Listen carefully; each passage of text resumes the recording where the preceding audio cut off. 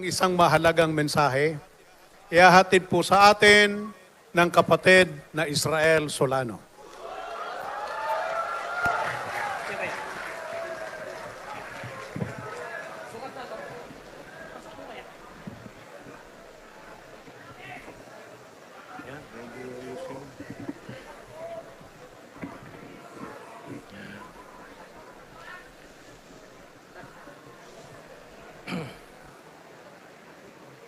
Hello.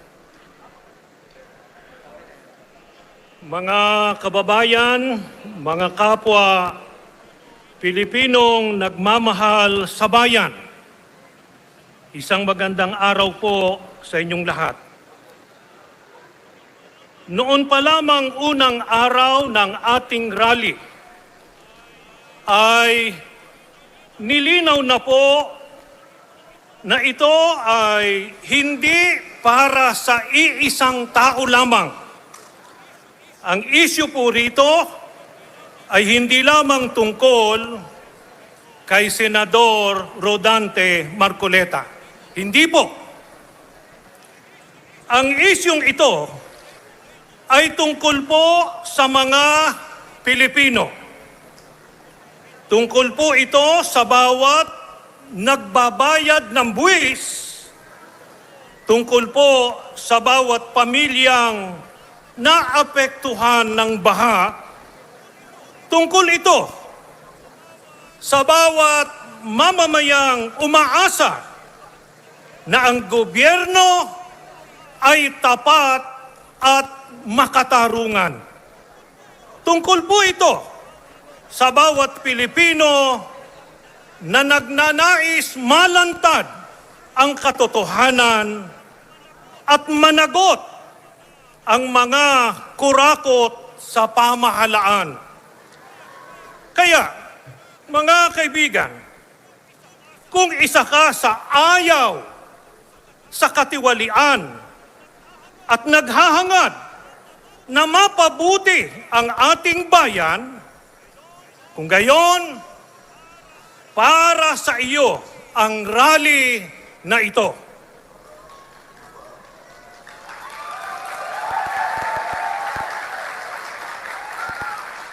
Mga kababayan, si Senador Marcoleta ay isang abogado. Hindi na siya nangangailangan na ipagtanggol pa natin sapagkat kaya niyang ipagtanggol ang kanyang sarili.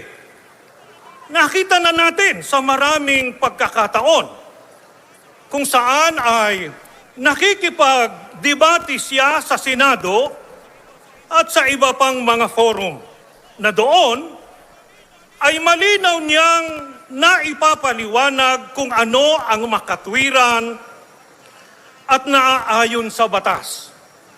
Baka nga ito ang isa sa mga dahilan kung bakit siya pinag-iinitan ng mga napikon sa kanya dahil di makapanaig sa kanyang katwiran.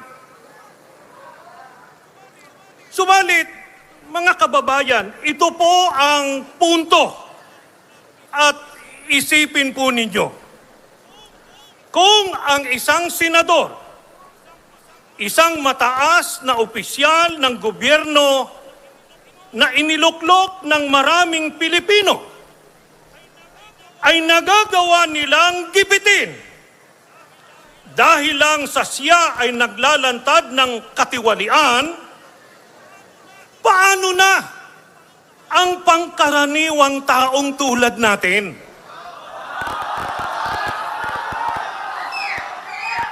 Paano na ang mga ordinaryong Pilipino na walang kapangyarihan? Paano na ang karaniwang Juan de la Cruz na walang kakayahang ipagtanggol ang sarili laban sa pang-aabuso ng kapangyarihan?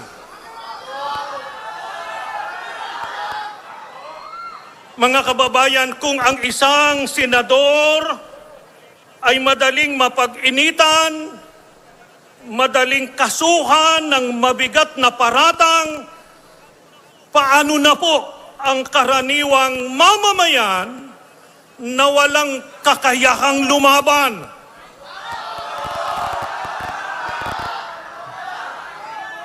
Kaya mga kababayan,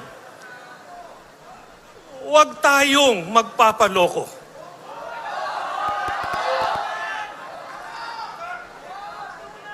Ang ginagawa nila kay Marcoleta, isang babala.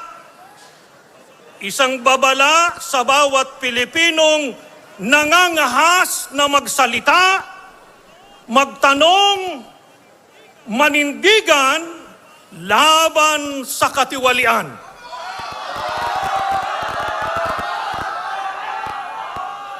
At ang mensahe nila ay malinaw. Pakinggan po ninyo. Kung kaya naming gawin ito sa isang senador, kaya rin naming gawin ito sa inyo.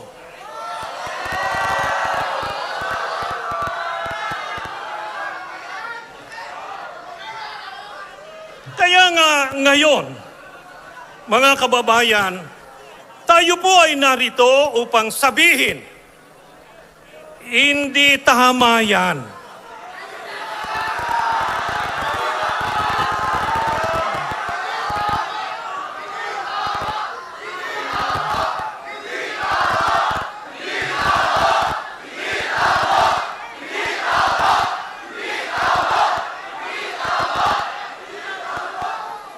Hindi lang basta hindi tama ang lahat ng kanilang ginagawa, kundi halatado na ng bayan.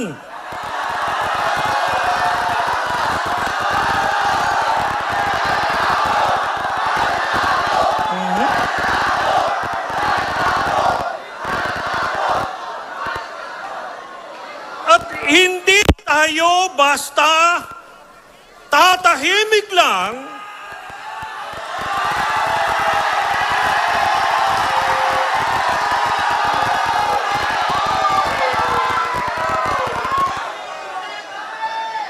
Hindi tayo basta tatahimik lang kapag ang isang tao na nagsisilbing simbolo sa paglalantad ng katiwalian at korupsyon ay gagawin ninyong halimbawa upang patahimikin ang buong sambayanan.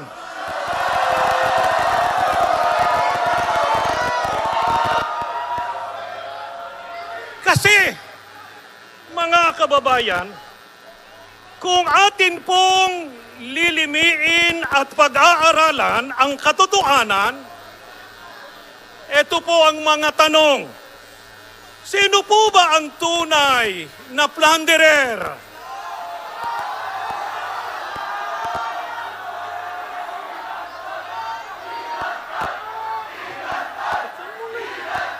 Teka muna.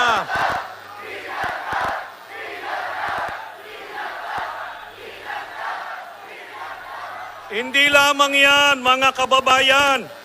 Sino pa ba ang nagnakaw? Sino po ba ang nagnakaw sa pondo ng DPWH?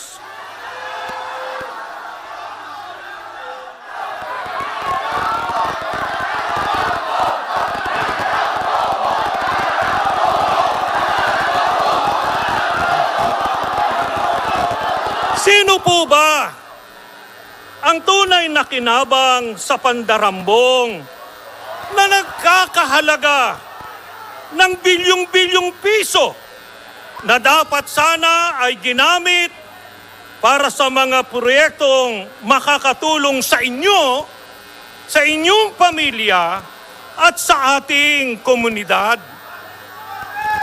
Marami na pong lumitaw na mga pangalan. Bakit ang mga yon ay hindi kinakasuhan?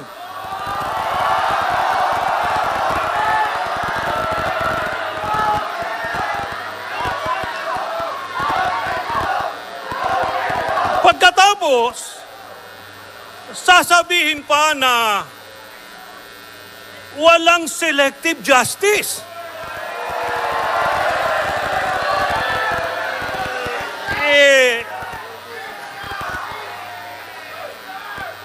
Mga bayaran lang po ang maniniwala sa ganyan.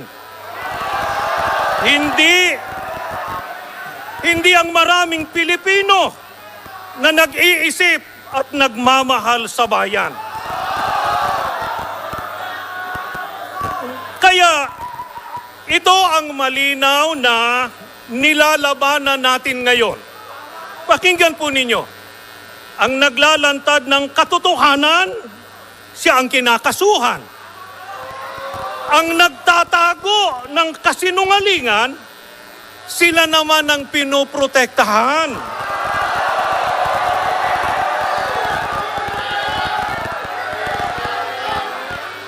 Ang nagtuturo sa mga mastermind, siya ang pinag-iinitan. Samantalang ang mga mastermind mismo, sila ang inililigtas.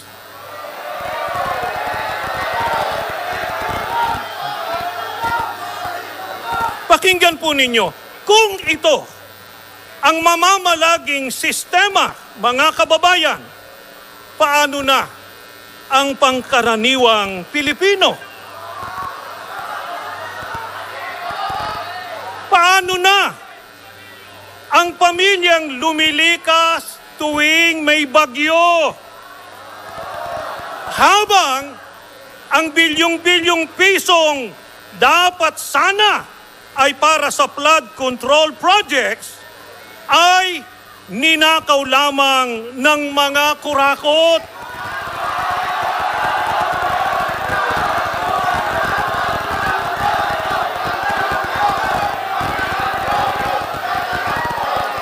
At ito pa ang tanong, mga kababayan, paano na ang mga kabataan na nawawalan ng pagkakataong makapag-aral dahil sa pinsalang dulot ng baha? Sila ang tunay na biktima, hindi si Marcoleta, kundi bawat Pilipinong ninakawan ng pagkakataon, ninakawan ng pag-asa, ninakawan ng kinabukasan. Sila ang ipinaglalaban natin sa rally natin ngayon.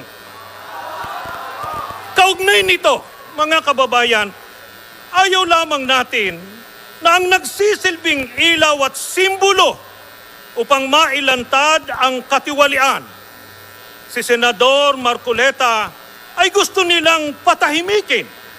Gusto nilang ikulong, gusto nilang gawing halimbawa upang wala nang maglakas loob na magsalita pa.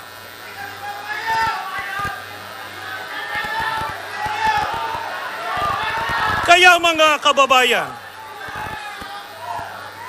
kaya ngayon, tayo ay narito upang sabihin, ang isyong ito ay para sa lahat ng apektadong Pilipino. Hindi ito laban ni Marcoleta. Ito ay laban ng sambayanan.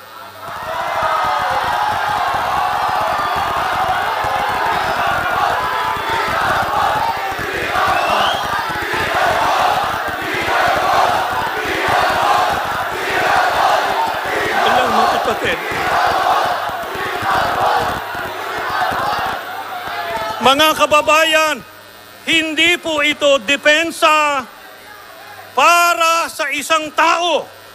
Ito po ay depensa para sa katotohanan at katarungan.